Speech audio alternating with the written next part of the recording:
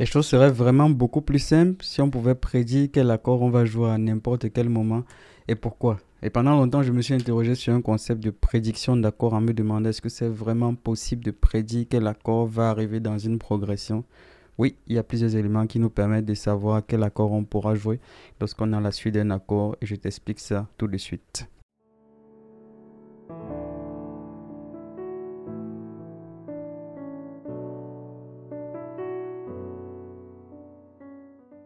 Salut, nous avançons de plus en plus dans le challenge. Donc après 2 jours d'interruption, je n'ai pas pu poster des vidéos, mais j'ai eu beaucoup de messages qui m'ont dit oui, on veut la suite du challenge. Donc ça y est, on continue avec le challenge aujourd'hui. Donc là, on va voir pendant les 3 prochaines leçons, on va voir des concepts d'harmonie qui vont être très importants pour la dernière leçon, le dernier jour de notre challenge qui va vraiment être l'apogée. Donc les journées 11, 12, 13 et 14, on va vraiment voir des concepts très fondamentaux. Donc aujourd'hui, on commence par un concept qui va être la prédiction d'accord. Pour comprendre le concept de prédiction d'accord, il faut d'abord comprendre un concept prérequis qui est un concept de fonction d'accord et de degré. Parce que dans une gamme, si tu prends la gamme de Do majeur par exemple, on a vu que dans cette gamme, on a des degrés. En réalité, on a notre premier degré qui est Do, le deuxième, le troisième, le quatrième, le cinquième, le sixième, le septième. Donc, ce qui va en fait te permettre de savoir c'est quel accord qui va arriver à la suite d'un autre dans une progression d'accords, c'est comprendre les relations qu'il y a entre ces degrés. Parce que certains degrés vont naturellement aller vers d'autres, comme s'il y avait une attraction d'un certain degré vers un autre. Ça paraît bizarre de dire ainsi, mais la musique c'est un squelette, donc ce ne sont pas des accords qu'on met juste au hasard, d'une certaine manière. Donc, celui qui compose un morceau, si tu écoutes un morceau, il y a des logiques dans lesquelles les progressions d'accords vont se retrouver. C'est pourquoi certains vont parler par exemple de formule musicale. Donc je peux utiliser des mots complexes parce que là je vais garder tout simple et je vais t'expliquer cela dans le détail. Donc lorsqu'on explique le concept de prédiction d'accord, la chose qu'on regarde très souvent pour le prendre c'est la famille. On dit souvent en fait que notre accord fondamental c'est un peu comme notre maison. Donc la maison c'est le point de repos. Donc dans une musique, quand tu as des accords qui s'enchaînent très souvent, la musique finit par une position de repos. Et cette position de repos, c'est ce qu'on appelle notre tonique, qu'on va aussi appeler notre accord fondamental. Donc par exemple, ça peut être, si on a une gamme de Do, ça va être Do. Donc Do ici, c'est notre accord fondamental, qu'on peut aussi appeler notre tonique, qu'on peut aussi appeler notre position de repos. Ça veut dire la même chose. L'accord qu'on apprend juste après dans la progression, c'est notre accord 5. Ici, 1, 2, 3, 4, 5. Et notre accord 5 ici, on va appeler notre accord dominant. On va appeler dominant parce qu'il va très souvent revenir à notre position de repos. C'est le deuxième accord qu'on apprend. En général, quand tu as Sol, très souvent tu vas avoir Do. C'est vu que si dans une progression d'accord, tu ne sais pas c'est quoi l'accord qui vient, il y a de fortes chances que ce soit Do. C'est ce qu'on va appeler effectivement notre accord dominant. Pourquoi? Parce qu'il va très souvent nous amener à la maison. Et donc dans une famille, on dit souvent que cet accord 5, c'est le père. Parce que le père est dominant. Bon. Après, c'est ainsi qu'on l'explique très souvent. Et l'accord qu'on apprend juste avant le 5, c'est notre accord 4 qu'on va appeler sous-dominant. Et dans une famille, on l'appelle souvent la mère. On dit souvent qu'elle est sous la domination. Bon, après, ce sont les mots. C'est l'histoire qui le dit ainsi. Sous la domination. Donc, sous-dominant, dominant et notre position de repos. Donc ce sont les 4 accords qu'on apprend très souvent dans notre tonique, notre dominante qui va se résoudre vers la tonique, après notre sous-dominante aussi qui souvent va rechercher la dominante pour revenir à la maison, notre position de repos. Donc là, ce sont nos accords fondamentaux. Lorsqu'on finit par apprendre notre 4e degré, le degré qu'on apprend juste après, c'est souvent la seconde. C'est vrai que dans les morceaux contemporains, vous avez très souvent notre fondamental, 4e degré, 5e degré, et souvent on vous parle du 6e degré. Mais en vrai, lorsqu'on essaie de comprendre les fonctions des accords, on n'apprend pas le 6e degré en premier, on commence par apprendre le second. Dans les harmoniques classiques, notre second degré va être beaucoup plus pertinent parce que notre second degré aussi, c'est aussi une sous-dominante, mais ici en mineur. Parce qu'en fait, l'huile, c'est la relative mineure de lui. Donc quelque part, c'est une sous-dominante, mais c'est la version mineure de notre sous-dominante. Donc la maman qu'on avait ici qui venait vers la dominante pour revenir en position fondamentale, on peut rendre ça mineure en passant ici par lui et là. Donc tu vois la différence entre un son majeur et un son dominante. Donc lui aussi c'est une sous-dominante, mais cette fois-ci en mineur, qui revient vers notre dominante et qui après vient vers notre position fondamentale. C'est ce que plusieurs en gospel vont appeler notre fonction, notre progression 2-5-1. 2-5-1.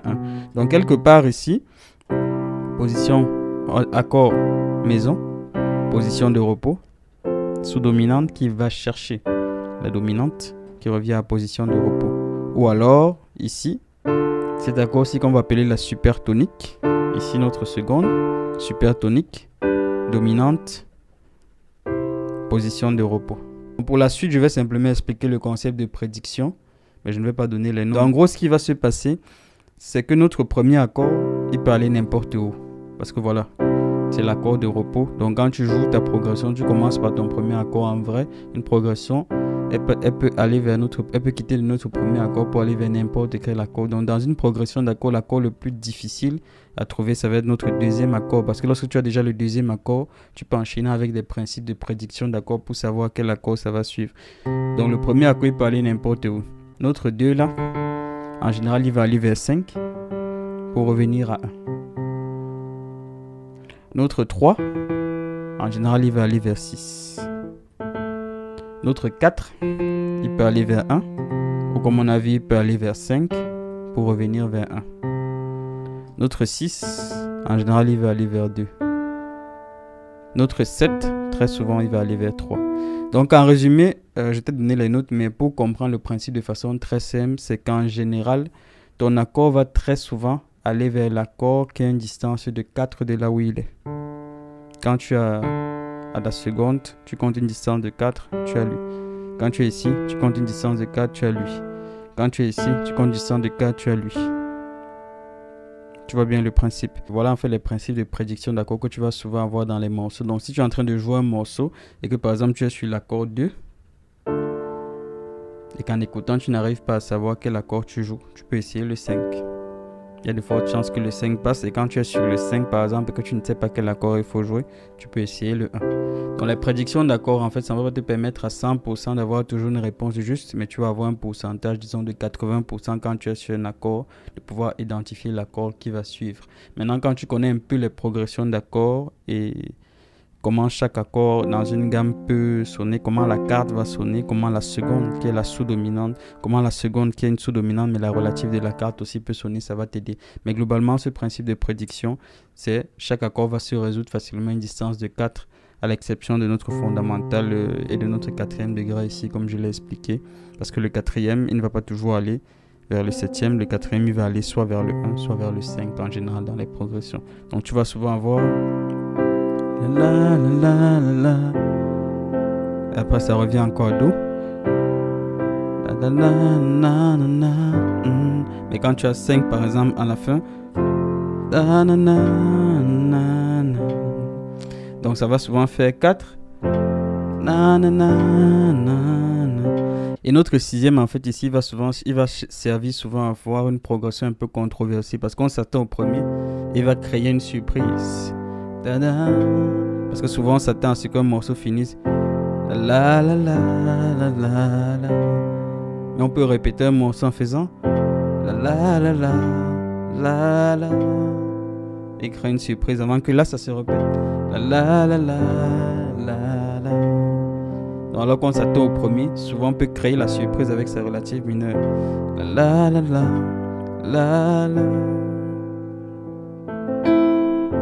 La la la la la.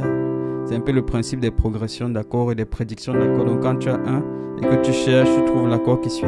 Si c'est 4, ça va très souvent parfois aller à 5 et ça peut revenir à 1. Ça peut revenir simplement à 1 tout simplement, comme je fais. 1, 4. Après 4, ça revient encore à 1. Avant par exemple d'arriver à 5. Et après 5, justement, on doit revenir vers 1. On peut créer aussi une surprise. On peut aller vers 6 avant de revenir à 4 encore. Avant de refaire 1, comme j'ai fait encore 5. Et par exemple 1. Donc voilà, quand tu as 5, très souvent tu vas revenir vers 1. Mais ça peut créer une surprise. La la la. La la. La la la la. La la la. Donc voilà, je te laisse avec cet exercice. Dans la prochaine leçon du challenge, on va utiliser ce concept de prédiction d'accords en cas pratique. Voilà, si j'ai un morceau, comment est-ce que j'arrive avec cela à retrouver les accords qui vont bien beaucoup plus facilement.